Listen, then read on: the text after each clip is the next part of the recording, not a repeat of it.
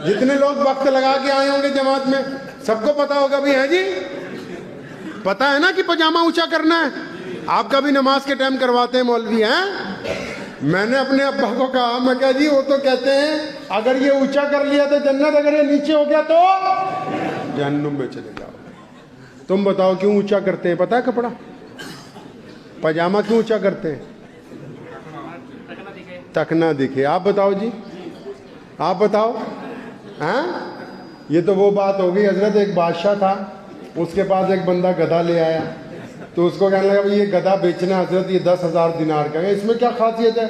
फरमाया जो इस पे बैठ जाता है उसको जन्नत नजर आती है।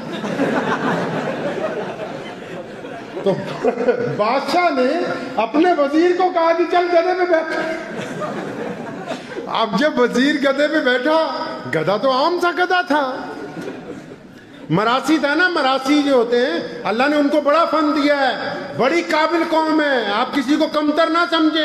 अहमद बिन हंबल को दुर्रे मारता रहा बादशाह, कहता रहा कहो कि कुरान मखलूक है, फरमाया नहीं अल्लाह की किताब है। जब मसला हल ही नहीं हो रहा था, एक दिन एक मरासी बादशाह के दरबार में आया, रोता हुआ चीखता हुआ कि बादशाह आज तो मर गए, लुट गए। और फरमाया हुआ क्या है? कहने लगा जो कुरान शरीफ का इंतकाल हो गया। कहना तेरा दिमाग खराब है, वो तो किताब है, उसका कैसे इंतकाल हो सकता है? और मैं यही समझा रहे मौलवी तुझे 2 महीने। तो कहने का मतलब ये है कि कोई कमतर नहीं होता। तो वो गधे पे जब वजीर बैठा था तो वजीर बदमाश, तो बादशाह ने पूछा भाई जन्नत नजर आ रही है?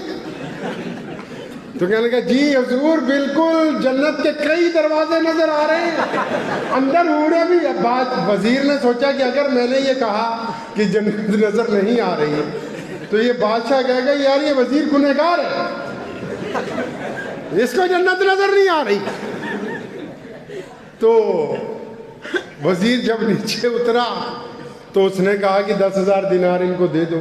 वजीर भी बड़ा बदमाश था, वो कहने लगा बादशाह को हुजूर आप भी बैठ के देख ले। अब जब बादशाह बैठा तो नजर तो कुछ आ नहीं रहा था।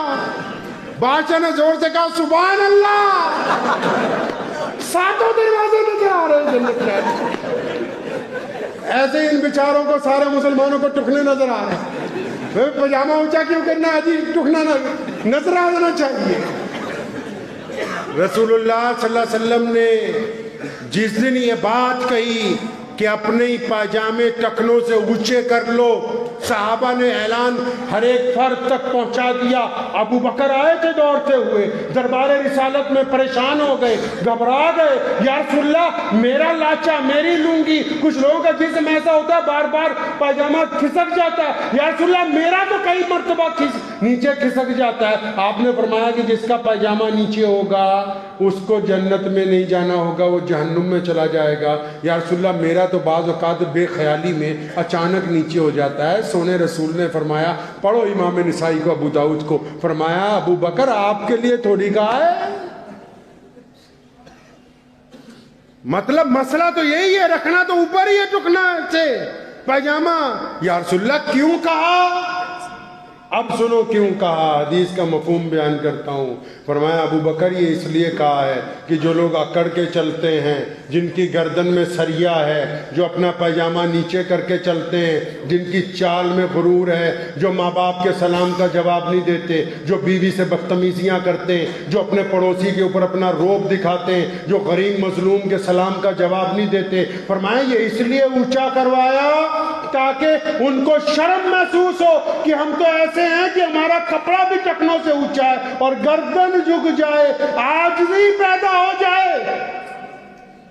तो सुनो मसला असल ये है कि अब एक बंदे का टखनों से ऊंचा पजामा हो, टखनों से ऊंचा हो पजामा, और वो अपने माँ बाप का नाफरमान हो, अपने पड़ोसी से लड़ता हो, अपनी बीवी के साथ लड़ता हो, अपने बच्चों के ऊपर जुल्म करता हो, हलाल हराम की तमीज़ ना करता हो, तो अब मियाँ साहब इसको टखनों की बजाय घुटनों पे भी कर लोगे तो इस्लाम को तुमसे कोई लेना देना नहीं।